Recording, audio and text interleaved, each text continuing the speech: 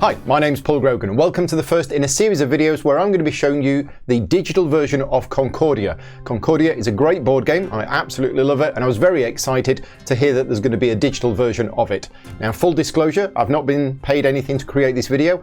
Akram Games, who created the digital version, have sent me a code so that I can show the game to you, and they have provided me with some codes which I can use as a giveaway. So I am going to be doing various giveaways over the next week or so. To basically get a copy, you can win a copy of this game on Steam.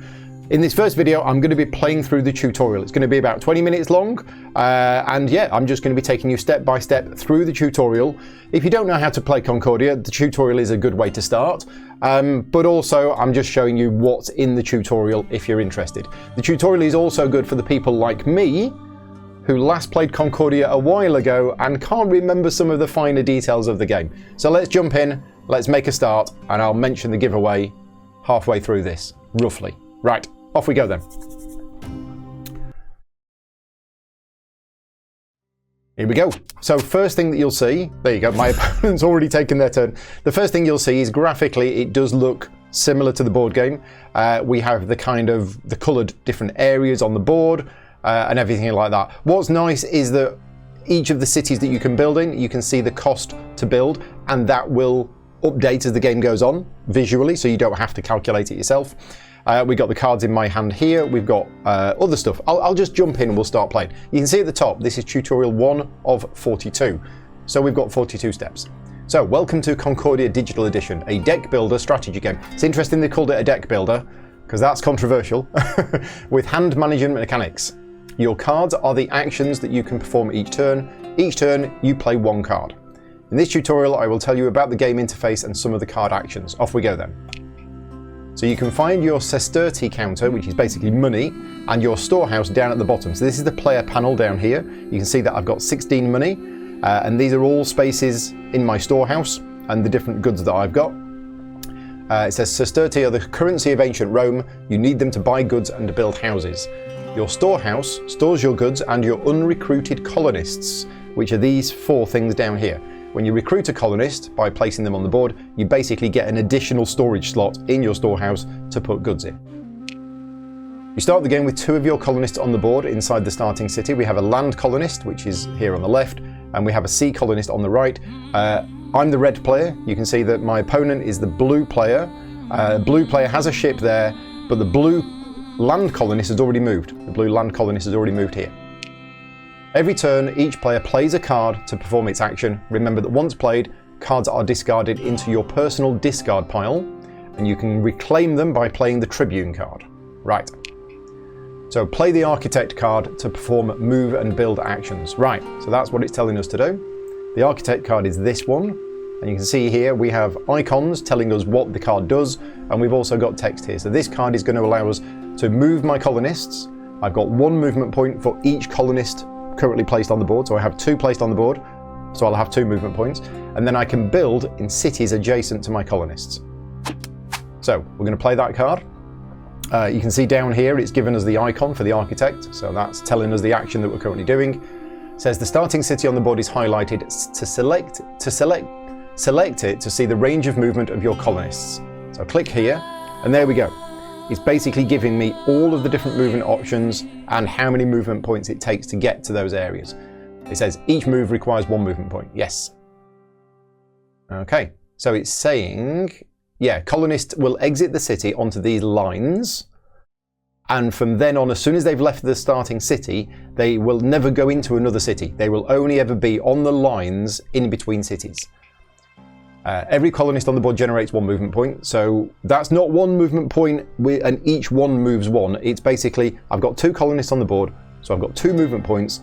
I can use those movement points however I want. I could use both of those movement points to move 1 of my colonists if I wanted to.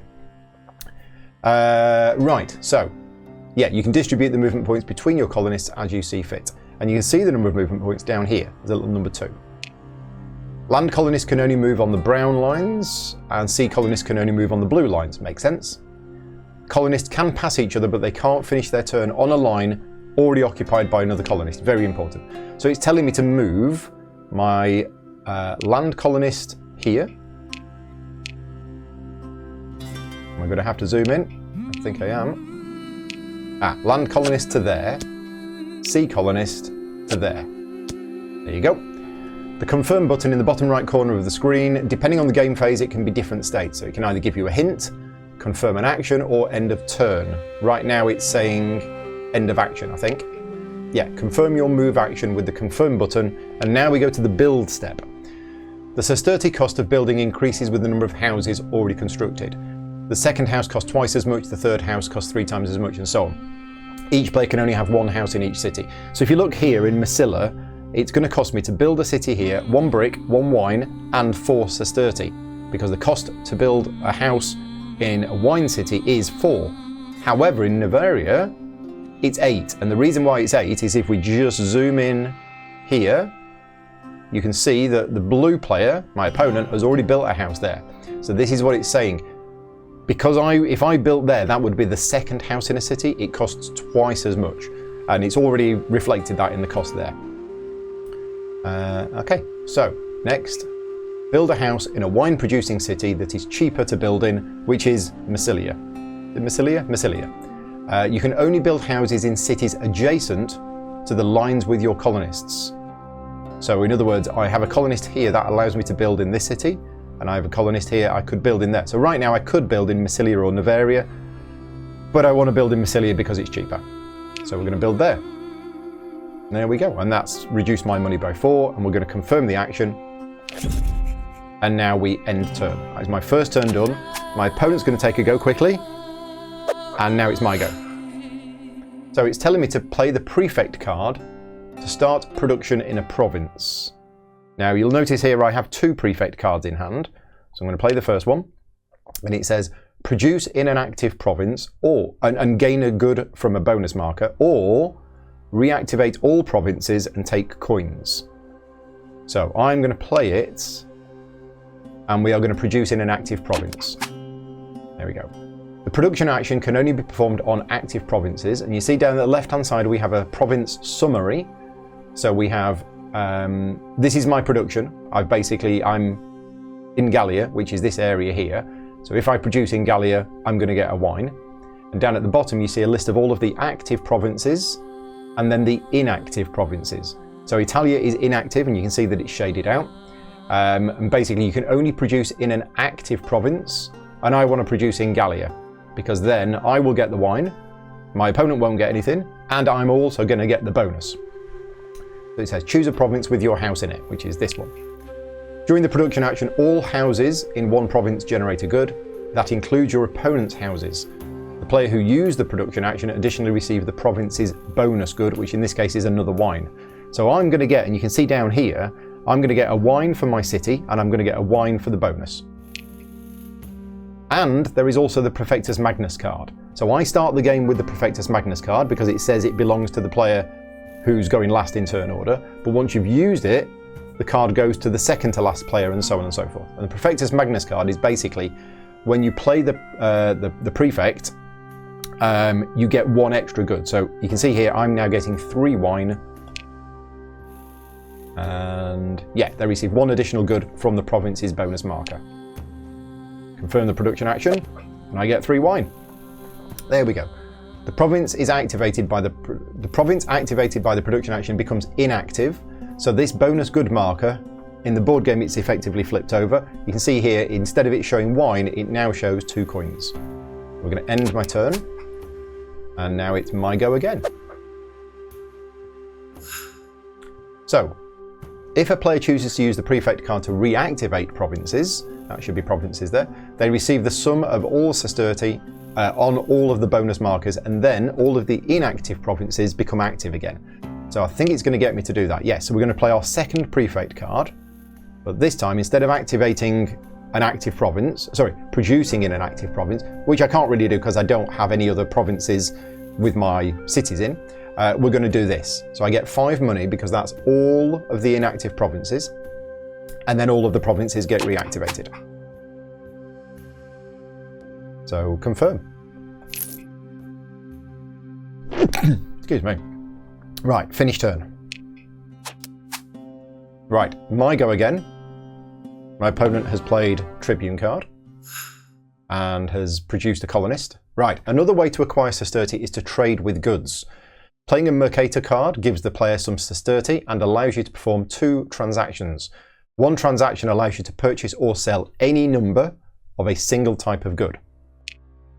So you can see the arrows down at the bottom telling you what you're selling and what you're buying. And it's telling me to play the Mercator card. I'm going to get 3 money and then I can do two lots of trades. So 3 money. Now it's giving me free flexibility here of what I want to sell. So I'm going to sell some wine because I have 3 of it. So I'm going to sell wine and I can sell any number of wine. So I'm going to sell 3 and that's 1 trade action. I'm going to confirm that.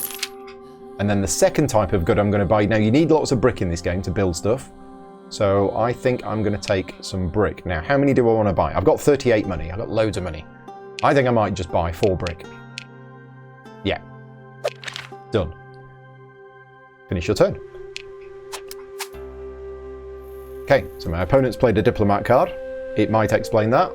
It might not, but it basically copies the top card of any discard pile. So in that case, it would have copied my Mercator card. Players start the game with the same set of cards. Every turn they play 1 card each. Cards allow players to perform actions like building, movement, production, and more, which we've seen. But there is a card display up here. These are cards that can be purchased during the game. There are copies of the starting cards in there, but there's also new ones that do new things. Purchasing cards is an action like any other and can be performed by playing the appropriate cards like Senator. So let's just have a look at the card row. So here's the cards in the card row and you can see that there are 15 cards left in the pile. They're seeded in the board game, so all of the 1s come out first and then the 2s, etc, etc. And you can see below that, well, the name of the card at the top and the cost to buy that card below. And the cost is a combination of what's printed on the card itself and also what's printed on the slot underneath it. And it says there, you can see the name and the symbol of the personality at the top of each card. To buy a card, you need to pay the cost of the card and the cost of the slot. And you're reminded how many cards you can buy during every buy action, which is 2 if you play the Senator. And every card is connected to a deity. The coolest part of the game is that the cards that you buy also determine your victory points at the end of the game. So the cards have got dual use, effectively. And it says here, once the card is bought, its scoring type will no longer be displayed on the card, but instead it goes to your My Points panel. So each scoring type is connected to a different aspect of the game, e.g. the number of colonists on the board, if it's Mars, or the number of temple cities, if it's Jupiter. Get the right cards for your strategy to win. Yeah, and this is really important in the game, is you can't just be buying cards for the actions. You know, if you are buying a lot of cards that are associated with the Mars deity, you need to be getting your colonists on the board, because otherwise those cards are not going to be worth many points at the end of the game. So, playing the Senator, and it's telling me to buy up to 2 cards. So, obviously the cost to buy the Smith is a brick and a metal. I do have a brick and a metal, so I could buy the Smith. That's going to be associated with the Minerva deity, which is going to give me points at the end of the game for every metal that I have. And also when I play it, the action is you produce in all metal cities. So you want to take the Smith card if you're going to be going with a metal city strategy. This is just a tutorial, so I'm going to click that one first. And you can see here I've bought 1 card of 2. Which other one do I want to buy? Well, I'm going to buy the colonist card as well. That's going to cost a wheat and 1 other good of my choice. It says here, place new colonists in cities. Yeah. Okay, so we're going to confirm that, and it's probably, I think, going to ask me which other good do I want to spend. And I'm going to spend brick, because I've got loads of it, and it's the cheapest one. So I've played the Senator, I've bought 2 cards. My opponent has done the Prefect, and it's back to me. If you want to get back all of your used cards to play them again, you use the Tribune action, because you notice I've only got 4 cards in hand now, including the new ones that I bought. But the Tribune card basically allows you to get back all of your cards, and you get money. You get 1 sesterti for each card returned in excess of 3, including the Tribune card. So you play the Tribune card, and then you take them all back into your hand. In addition, whenever you play the Tribune card, you can recruit 1 colonist. So it's going to get me to do that now. I'm going to play the Tribune card. You can see here what it does. Nice artwork. So I've got all of my cards back. I've gained some money. And now I get to place a colonist. The cost of a colonist is a wheat and a metal. You can only place them in the starting city with this card. And which one do we want? Let's go for another sea colonist. There you go. It's taken the cost off. End turn. Okay.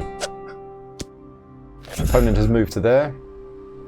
Right, so the game ends if one of two conditions is met. Either the last personality card has been purchased from the card display, or somebody has built 15 houses. So you can see Agrippina, my opponent, has 3 houses on the board and has got 15 in total. And I only have 1 house on the board and I've got 15 in total. So as soon as you've constructed all 15 houses, or the last card has been bought from the card display, then that player receives the Concordia card, which is worth 7 points, and then the remaining players get to play 1 more turn. And it's basically saying that's the end of the tutorial now. More detailed rules can be found in the manual, and you can always access it from the pause menu or the question mark icon during the game. Before you begin the game, we suggest you read the descriptions of all of your cards, choose a card to read its description, and note that copies of the same card stack. So yeah, you can see here I've got 2 Prefect cards. And that's it. That is the end of the tutorial, I think. Yeah, 42 steps. We are done. It's telling me to play a card, but that's the end of the tutorial. I forgot to mention the giveaway. So thank you very much for bearing with us. Basically, as I say, Concordia Digital have sent me some codes to give away. I'm going to be giving them away at various points over the next week or two. And the first opportunity to get a code is just from having watched this video. In the description on YouTube, you will see a link to a Google form. If you fill in that Google form, then you will be basically entered into the draw, and I'm going to do the draw this weekend. So I'm recording this at the end of September. Is it September? Yes, it is September. So I'm going to be doing the draw this weekend, which is what date? I think it's like the 3rd of October. Yeah, 3rd of October, Sunday 3rd of October. I'll be doing the draw. So yeah, if you want to get entered into the contest to win a copy of this, it will be a Steam code. Please fill in the form. A big thank you to all of my Patreon supporters for funding the channel. I'm only able to make this content due to the support of my Patreon campaign, so yeah, a big thank you to them. And if you are a Patreon supporter, then you do get an extra entry into the contest. So yeah, just as a thank you from me. If you do want to support me on Patreon, the page is patreon.com/gaming rules. In the next video, I'll be playing through a solo game. Until then, take care, and I'll see you next time.